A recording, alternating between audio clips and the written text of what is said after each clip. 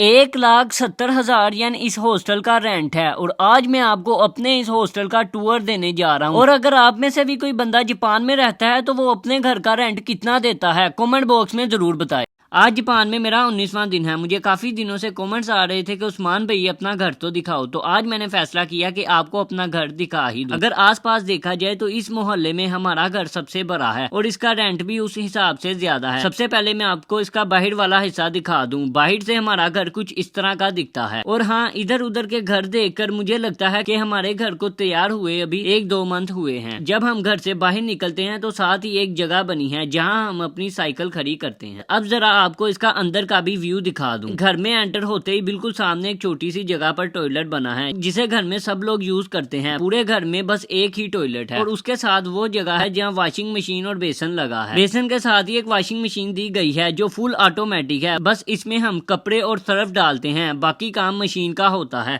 इस मशीन में 11 मिनट में कपड़े वॉश होते हैं और 7 मिनट में स्पिनर हो जाते हैं। अगर धूप निकली हो तो 40 मिनट में कपड़े खुश्क हो जाते हैं। टोटल 1 घंटे में हमारे कपड़े धुलकर खुश्क हो जाते हैं। इसके साथ ही एक नहाने का एरिया है जहां हम सब लोग रोज फ्रेश होते हैं, जिसमें एक शावर और एक बड़ा सा टब दिया गया है। मैंने अभी तक टब यूज ही नहीं किया क्योंकि इसके लिए टाइम ही नहीं होता और साथ ही साथ इसे यूज करने से पानी भी बहुत जाया होता है। अगर लेफ्ट साइड देखा जाए तो यहाँ पर भी एक एसी लगा है जिसका अभी तक हमने इस्तेमाल ही नहीं किया। इस जगह पर 3 लाइट्स लगी है, एक अंदर और 2 बाहर। जब हमने स्कूल में पहली क्लास ली थी तो हमें सिखाया गया था कि अपने घर में कैसे रहना है। घर के अंदर बाहर पहनने वाली जूती और शूज नहीं लेकर जाने, कुछ इस तरह से हमें समझाया गया था। जब हम लोग वॉशिंग मशीन वाली साइड पर आते हैं तो जूती को तो बिल्कुल भी नहीं यूज करते। इस चीज को मद्देनजर रखते हुए मैं घर पहनने के लिए एक चप्पल लेकर आया था। अब जाते हैं हम किचन की तरफ। घर में एंटर होते ही लेफ्ट साइड किचन और राइट साइड बाथ है। किचन हमारा कुछ इस तरह का दिखता है। किचन में एंटर होते ही सबसे पहले आपको एक अदद एसी नजर आता है। इसको अभी हम यूज नहीं करते क्योंकि डे बाय डे मौसम ठंडा होता जा रहा है। और किचन के दरवाजे के साथ ही कुछ इस तरह की जगह बनी है जहाँ पर हमने घर के सारे गत्ते वगैरह इधर रखे हैं। जब हम लोग इस घर में आए थे तो A to Z चीजें गत्ते में पैक थी। इसके साथ ही एक टेबल है जहाँ बैठकर हम रोज खाना खाते हैं। किचन में हमने एक जगह ऐसी रखी है जहाँ हम अपना कूड़ा वगैरह रखते हैं और पूरे घर को साफ करने के लिए एक वैक्यूम क्लीनर भी दिया गया है। इस पूरे किचन में हमारे पास कुछ 4 से 5 कैबिनेट हैं, जिसमें से एक में हमारा खाने का सामान और बाकी सब में किचन का सामान है। कुछ सामान हमें स्कूल वालों की तरफ से मिला था जिसमें एक अदद इलेक्ट्रिक चूल्हा और ऑटोमेटिक एग्जॉस्ट भी है। क्योंकि हम कुछ ऑयली खाने बनाते हैं तो ये बहुत काम आता है। अब बात करते हैं कोई साइड पर पड़े इस सामान की। हम 4 लोगों के पास एक अदद फ्रिज है जिसमें हम सब का सामान फिट हो जाता है। एक ओवन और साथ में राइस कुकर है। राइस कुकर को अभी हमने 2 बार ही इस्तेमाल किया। अक्सर दौरान जब हमारे घर में कोई पार्सल वगैरह आता है तो हम किचन में आकर इसके थ्रू बाहर देखते हैं कि कौन आया है। अगर कोई फालतू बंदा होता है तो उसके साथ यहाँ से ही बात कर लेते हैं। इसके बाद मेरी नजर इस जगह पर पड़ी। ये फ्रिज के ऊपर ये चीज लगी है, ये क्या काम करती है इसका तो मुझे नहीं पता। अगर आप में से किसी के पास इसकी इंफॉर्मेशन है तो कमेंट बॉक्स में जरूर बताएं। अब चलते हैं जरा रूम्स की तरफ। इस घर में टोटल 3 रूम हैं। 2 रूम में दूसरे लड़के रहते हैं और एक 3rd फ्लोर पर है जो मेरा और साथ का है। सबसे पहले ये सीढ़ियां चढ़कर लेफ्ट साइड पर एक छोटा सा रूम आता है जिसमें एक बेड, एक स्टडी टेबल और नीचे चटाई है जो मुझे नोबिता की याद करवाती है। इस रूम में सिर्फ एक चीज की कमी है, वो है अलमारी। और कपड़े रखने के लिए स्कूल वालों ने एक स्टैंड दिया है जिस पर हम अपने कपड़े रखते हैं। ये बात तो है कि हर रूम में एक एसी तो लगा है जो सर्दी होने की वजह से यूज ही नहीं होता। अब चलते हैं जरा दूसरे रूम की तरफ। ये भी उसकी तरह एक छोटा सा ही रूम है लेकिन ये रास्ते में आता है क्योंकि जब हम अपने रूम की तरफ जाते हैं तो यहाँ से ही गुजरते हैं। इस रूम में एक अलमारी, एक एसी, एक स्टडी टेबल और बेड है और हर रूम में कोई 2 से 3 स्विच दिए हैं। ये वाला रूम मुझे कोई इतना पसंद नहीं आया। खैर अब मैं आपको दिखाता हूँ अपना और साथ का रूम। रूम में एंटर होते ही सबसे पहले आता है साथ का स्टडी टेबल। उसके पास ही साथ ने अपना बेड रखा है। इस रूम में एक अदद बड़ी सी अलमारी है जहाँ दोनों के टैची शूज और कपड़े पड़े हैं। अलमारी देखने में बड़ी लगती है लेकिन इसमें हमारे ये स्टैंड फिक्स नहीं हुए जिसकी वजह से हमने इनको यहाँ पर रखा है। एक साइड पर साथ के कपड़े और दूसरी साइड पर मेरे कपड़े। और ये रहा मेरा बेड बिल्कुल एक साइड पर। उसके पास ही मैंने अपना स्टडी टेबल सेट किया है। स्कूल से घर आकर मैं अपना बैग यहाँ पर रखता हूँ। इस रूम में टोटल 6 खिड़कियाँ हैं। इनके बावजूद हम सुबह जल्दी नहीं उठ पाते। हमारे रूम की एक खास बात ये भी है कि इसमें एक टेरेस भी है। मैं जब भी बोर होता हूँ तो मैं यहाँ पर आकर बैठ जाता हूँ। इस टेरेस की वजह से हमारे कपड़े भी जल्दी खुश्क हो जाते हैं। हमारे रूम में 2 बेड, 2 स्टडी टेबल, 1 अलमारी, 2 कपड़े रखने वाले स्टैंड, 1 एसी, 2 चेयर और 2 लाइट्स हैं। दोनों लाइट्स के अपने अपने रिमोट हैं, एक साथ के पास और एक मेरे पास। और ये रहा हमारा एक घर जहाँ हम 4 लोग रहते हैं। और मैं आपको साथ ही साथ बता दूं कि ये घर रेंट पे है, जिसका 1 मंथ का रेंट बिजली, गैस, पानी वगैरह का बिल डाल के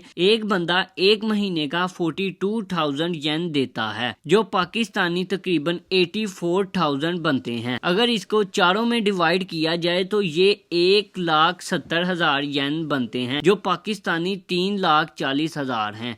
ये रहा हमारा 1 महीने का रेंट। अगर बिजली का बिल 6,000 येन से ऊपर, गैस का बिल 4,200 येन से ऊपर और पानी का बिल 12,000 येन से ऊपर आया तो उसके ऊपर जितने भी पैसे होंगे वो हमें खुद पे करने पड़ेंगे। ये तो अभी स्टार्टअप है। अगर मैं आपको अपने खर्चे बताना शुरू हो गए तो मेरे चाहने वाले सड़क पर आ जाएंगे। खैर, ये था एक मेरा छोटा सा व्लॉग और हाउस टूर। उम्मीद है कि आपको ये मेरी वीडियो पसंद आई होगी। अगर आपको ये मेरी वीडियो पसंद आई है तो इस वीडियो को लाइक करें, सब्सक्राइब करें और अपने दोस्तों में शेयर करें। अल्लाह हाफिज।